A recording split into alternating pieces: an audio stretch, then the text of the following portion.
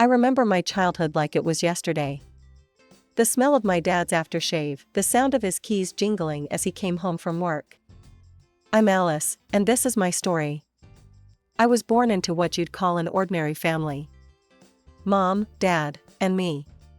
But from the get-go, it was clear who my favorite was. Dad. He was my hero, my everything. Every day, I'd wait by the window, my nose pressed against the glass, waiting for his car to pull up. The moment I saw him, I'd bolt to the door, ready to jump into his arms. "There's my little princess," he'd say, scooping me up and spinning me around. I'd giggle, burying my face in his neck, breathing in that familiar scent that meant safety and love. Mom? Well, she was there. Physically, at least. Emotionally? Not so much. Sometimes I'd catch her looking at me with this weird expression, like I was some kind of burden she hadn't signed up for. But Dad made up for it. Every evening, rain or shine, we'd go for walks. He'd point out different trees, teach me about birds, or just let me ramble on about my day at kindergarten. Bedtime was the best. Dad would tuck me in, pull out a book, and transport us both to magical worlds. His voice would change for each character, making me laugh or gasp in all the right places. But when I turned 5, everything changed. I remember the day they sat me down.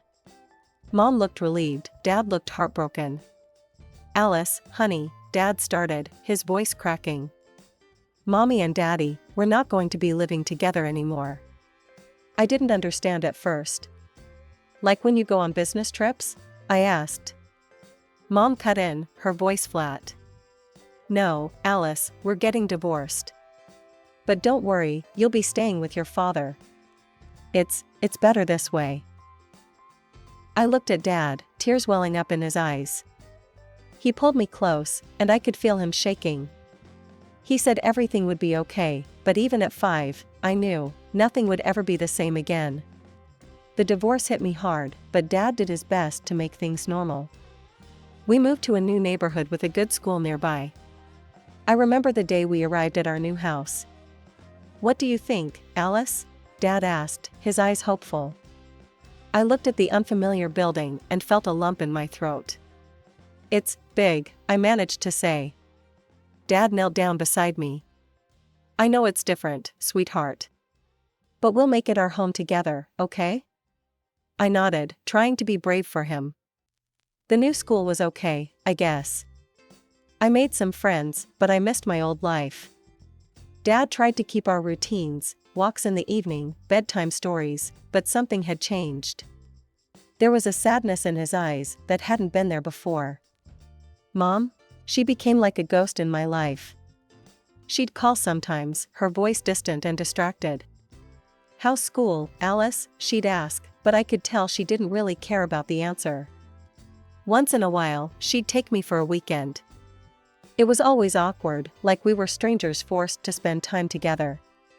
I'd come home to Dad, relief washing over me as I stepped through the door. One day, when I was 6, Dad sat me down with a serious look on his face. "Alice, honey, I've got some news," he said, fidgeting with his hands. "I've met someone. Her name is Sarah, and, well, we're getting married. Sarah is nice, I promise. You'll like her." I didn't want to like her. I wanted things to stay as they were, just me and Dad. But life had other plans. Sarah moved in, and suddenly our quiet house was full of noise and change. She tried to be nice, always smiling too brightly, asking too many questions. "Alice, sweetie, what would you like for dinner?" she'd ask, her voice syrupy sweet. "Whatever," I'd mutter, retreating to my room. Then came the biggest change of all. I was in the living room, watching TV, when Dad and Sarah came in, both grinning from ear to ear. "Alice, we have wonderful news," Sarah gushed. "You're going to be a big sister." I looked at Dad, hoping to see some sign that this was a joke. But he was beaming, his hand on Sarah's stomach. "Isn't it great, princess?" he said. "You'll have a little brother or sister to play with." I forced a smile, but inside, I felt like screaming. "A baby? How could he do this?" Didn't he love me enough? Months passed, and Sarah's belly grew bigger. Dad spent more and more time fussing over her, buying baby things, talking about names. I felt like I was fading into the background. The day the baby was born, I was left with a neighbor. When Dad finally came to get me, he looked exhausted but happy. "Come meet your baby brother, Alice," he said. At the hospital, I peered into the crib at the tiny, red-faced bundle. I looked at the baby, then at Dad, who was gazing at his new son with such love it made my heart hurt. Life changed fast after Tommy was born. Dad was completely wrapped up in his new family, and I felt like I was fading into the background. The walks, the bedtime stories, the special moments, they all disappeared, replaced by diaper changes and late-night feedings. Sarah, my stepmother, barely hid her annoyance with me. I'd catch her giving me these looks, like I was some unwanted houseguest who'd overstayed my welcome. One day, I overheard her talking to Dad in the kitchen. "John, why don't we see if Alice's mother wants her back? It might be better for everyone." I felt like I'd been punched in the gut. Dad's voice was sharp when he replied, "Absolutely not. Alice is my daughter, and this is her home. I expect you to treat her like your own." After that, Sarah was careful not to say anything outright mean to me, but the damage was done. I knew where I stood in her eyes, a burden, an obstacle to her perfect little family. As the years went by, I learned to fend for myself. Dad was always busy with Tommy, teaching him to walk, to talk, attending his little league games. I grew up in the shadows, becoming fiercely independent out of necessity. High school graduation came and went. Dad, true to his word, paid for my college tuition. "It's from the money your mom's been sending all these years," he explained. "I've been saving it for your education." I was surprised. I'd assumed Mom had just disappeared from my life completely. But I was grateful for the chance to get away, to start fresh in a new city. College flew by. I threw myself into my studies, determined to make something of myself. I graduated with a degree in financial management, feeling proud and accomplished. But when I returned home, reality hit me like a ton of bricks. The house felt different, smaller somehow. Sarah greeted me with a tight smile. "Oh, Alice, you're back. We weren't expecting you so soon." I lugged my bags upstairs, only to find my childhood bedroom completely transformed. Where my bed used to be, there was now a treadmill. My desk had been replaced by a huge TV and gaming console. The walls, once covered in my posters, were now bare. "Tommy needed a rec room," Sarah explained, not even trying to sound apologetic. "You can sleep on the couch in the living room. It's just temporary, right?" I stood there, staring at the stranger my room had become, feeling more out of place than ever. "Right," I mumbled. "Temporary." The job search was tough, but I finally landed an entry-level position at a local firm. The pay wasn't great, but it was a start. Every night, I'd scour apartment listings, looking for something, anything, I could afford. "Maybe you could find a roommate," Dad suggested one evening, in a rare moment of attention. "Split the rent?" I nodded, adding another search parameter to my list. But decent, affordable apartments with potential roommates were hard to come by. So, I stayed. Every morning, I'd wake up on that uncomfortable couch, tiptoe around Tommy's toys scattered across the living room floor, and head to work. Every evening, I'd come back to Sarah's cold stares and Dad's distracted nods. Months dragged on, and I was still stuck in limbo, sleeping on the couch and searching for a way out. Tommy had started high school, and suddenly the house was abuzz with excitement, but not for me. "John, darling," Sarah cooed one evening, her voice sickly sweet. "Don't you think Tommy needs a car? All his friends are driving now." I nearly choked on my dinner. Tommy was barely 15, for crying out loud. Dad, ever the pushover when it came to his precious son, nodded. "You're right, honey. We'll go car shopping this weekend." And just like that, Tommy got a shiny new car. Never mind that he couldn't legally drive it yet. I bit my tongue, trying to swallow the bitterness rising in my throat. My birthday rolled around a few weeks later. For once, I decided to ask for something. I approached Dad cautiously. "Hey, Dad? I was wondering, could I maybe get a laptop for my birthday? I could pick up some freelance work online, make some extra money." Before Dad could respond, Sarah swooped in, her face twisted with anger. "A laptop? Are you serious, Alice? You're already living here rent-free, eating our food, and now you want more?" Her voice dripped with venom. "You're nothing but a money-grubbing freeloader." I stood there, shocked into silence, as she continued her tirade.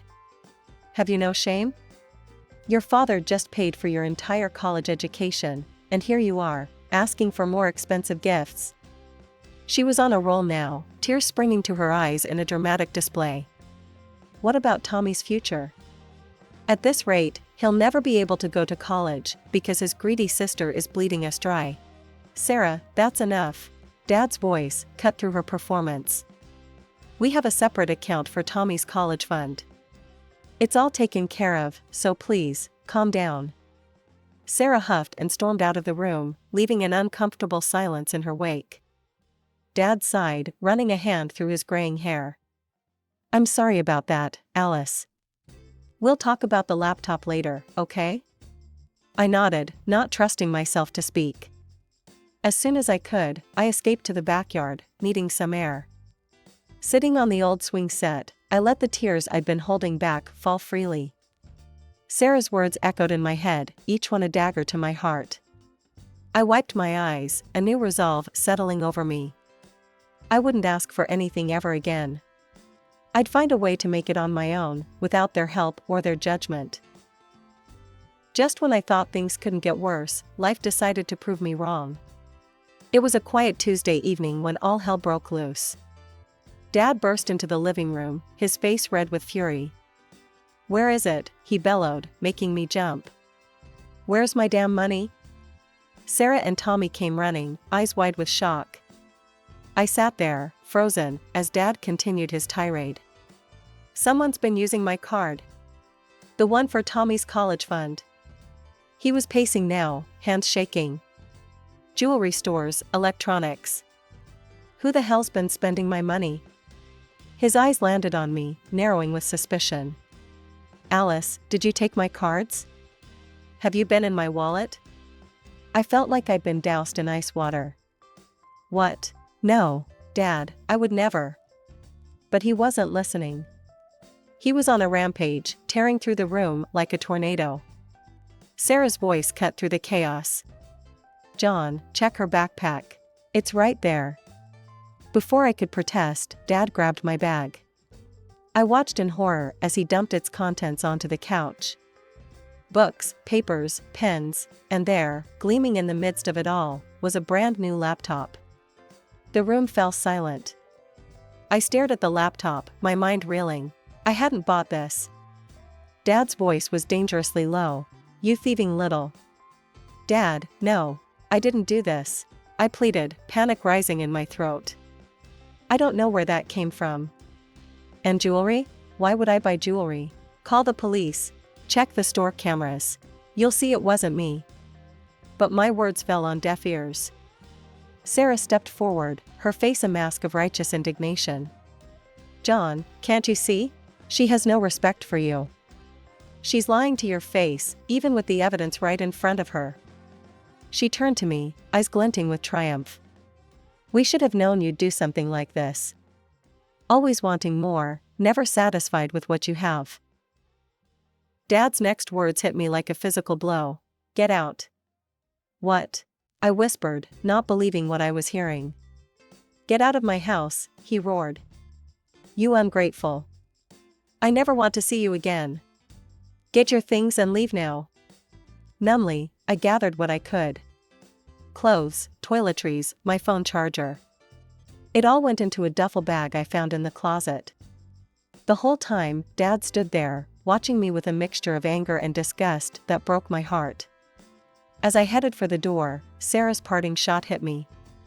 "We should have done this years ago. Good riddance to bad rubbish." The door slammed behind me, and just like that, I was alone. Homeless. Accused of a crime I didn't commit. As the reality of my situation sank in, I felt a strange mix of fear and relief. The house behind me had stopped being a home long ago. Maybe this was the push I needed to truly start my own life. That first night after being kicked out was a blur. I found myself in a dingy hostel, clutching my duffel bag like a lifeline. Sleep eluded me as I lay on the lumpy mattress, my mind racing with unanswered questions and fear for the future. The next day at work, I must have looked as lost as I felt. My colleague, Jessica, cornered me in the break room. "All right, spill it. What's going on with you?" she demanded, her concern evident. Before I knew it, I was pouring out the whole sordid story. Jessica listened, her eyes widening with each new detail. "That's insane," she said when I finished. Then, without missing a beat, "Move in with me. I've been looking for a roommate anyway. We can split the rent. It'll be perfect." And just like that, I had a lifeline. I moved in with Jessica that weekend, grateful beyond words for her kindness. 2 years passed in a whirlwind. I threw myself into work, determined to prove to myself, and everyone else, that I could make it on my own. I didn't speak to Dad at all during this time. The pain of his betrayal was still too raw. Mom tried to reach out a few times, but our conversations were strained. It was clear Dad had told her about the alleged theft. Her disappointment was palpable, even over the phone. Eventually, those calls stopped too. But life has a way of moving forward, whether you're ready or not. I got promoted at work, started earning enough to consider my own place. I picked up new hobbies, yoga, painting, anything to keep my mind occupied. I even started dating again, though nothing serious. Finally, I took the plunge and rented my own apartment. It was small, but it was mine. No judgmental stares, no walking on eggshells. Just peace and independence. I was just settling into my new routine when the unexpected happened. There was a knock at my door one Saturday afternoon. I opened it, and there stood Dad. He looked older, more haggard than I remembered. His eyes were red-rimmed, like he'd been crying. "Can I come in?" he choked out. "Your mother gave me the address. Alice, I need to talk to you." I stood there, arms crossed, waiting. Part of me wanted to scream at him, to throw him out like he'd done to me. But another part, a part one thought I'd buried, wanted desperately to hear what he had to say. Dad took a deep breath. "I found out what really happened 2 years ago," he began, his voice shaking. It wasn't you. It was Sarah." I felt like the floor had dropped out from under me. "What?" He nodded, tears welling up in his eyes. "She framed you. She's the one who took my credit cards, who bought all that stuff. I found jewelry, clothes, all hidden away in her things. Price tags still on them and everything." I sank onto the couch, my legs suddenly unable to support me. Dad's words washed over me, each one a mix of vindication and reopened wounds. I sat there, stunned, as Dad continued his story. His voice trembled with a mix of anger and regret as he recounted the events that led to this moment. "After I found the jewelry, I started paying closer attention," he said, running a hand through his graying hair. "One night, I caught Sarah red-handed, going through my wallet. She was taking my credit cards, Alice." I felt a lump form in my throat. All this time, I'd been right. But the vindication tasted bitter. Dad went on, his words tumbling out faster now. "I confronted her, and it all came spilling out. She's been shopping compulsively for years. At first, she said it was all for Tommy. But now? She's maxed out credit cards, taken out loans, all for stuff we don't need." I shook my head, disbelief warring with a perverse sense of satisfaction. "And the laptop? The one you found in my bag?" Dad's face crumpled. "She planted it there. Bought it with my card and slipped it into your things. God, Alice, I'm so sorry. I should have believed you." The apology hung in the air between us, heavy and insufficient. "I told her she needed help," Dad continued. "Begged her to see a therapist, to get treatment for her shopping addiction. But she refused. Said there was nothing wrong with her. I could picture it, Sarah, defiant and unapologetic. Just like she'd been the day they kicked me out. And then, Dad's voice dropped to a near whisper. She said she was right to frame you. That she'd do it again if she had the chance. The room seemed to tilt. I gripped the edge of the couch, steadying myself. That was it for me, Dad said. I filed for divorce the next day. Kicked her out of the house. I couldn't live with someone who'd hurt my daughter like that. He looked at me then, his eyes pleading. Alice, I know I don't deserve it, but please, can you forgive me? I was blind and stupid, and I hurt you so badly. I'm so sorry. I stared at him, this man who had once been my hero. The father who'd read me bedtime stories and taught me to ride a bike. The same father who'd thrown me out without a second thought, who'd believed the worst of me so easily. For a moment, I was that scared, heartbroken girl again, standing on the sidewalk with nowhere to go. The pain of that betrayal washed over me anew. Dad, I said, my voice barely above a whisper. I can't forgive you. Not now, maybe not ever. You didn't just kick me out. You believed I could do something so terrible. You didn't even try to hear my side. And for 2 years, Dad, you didn't call, didn't check if I was okay. Dad nodded, tears streaming down his face. I understand, he choked out. I don't deserve your forgiveness. I needed you to know the truth. I stood up, suddenly needing space. Thank you for telling me, but I think you should go now. As the door closed behind him, I sank to the floor, emotions overwhelming me. The truth was out, but it didn't feel like a victory. It felt like reopening a wound that had never really healed. After Dad left, I thought I'd finally have peace. But life had other plans. My phone started ringing incessantly, Mom, trying to play peacemaker. Alice, honey, she'd plead, your father is truly sorry. Can't you find it in your heart to forgive him? Each call left me more frustrated than the last. Mom, please. I'm not ready. I don't know if I'll ever be ready. But she wouldn't let up. One evening, I opened my door to find both my parents standing there. What are you doing here? I demanded, anger bubbling up inside me. Mom pushed past me into the apartment, Dad trailing behind looking sheepish. Alice, this has gone on long enough, she started, her voice stern. Your father made a mistake, but he's apologized. You have no right to hold this grudge. Think of all the good things he's done for you. I couldn't believe what I was hearing. No right? He kicked me out. He believed I was a thief. Where was all this support when I was sleeping on a friend's couch, trying to rebuild my life?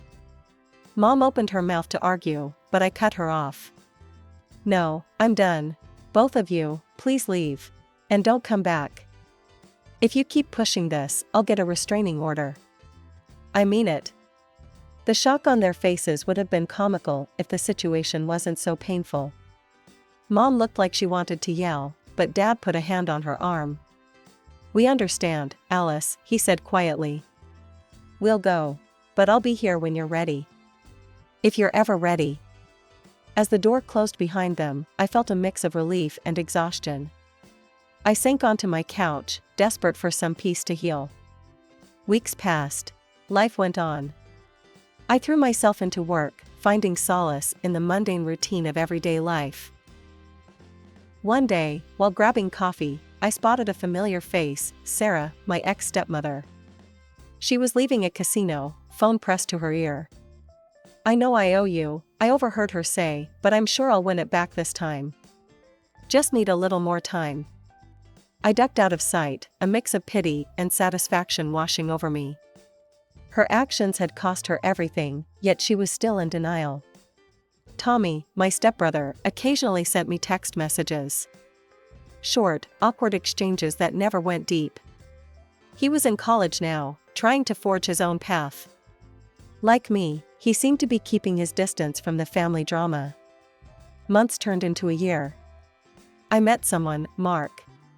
Kind, funny, understanding Mark.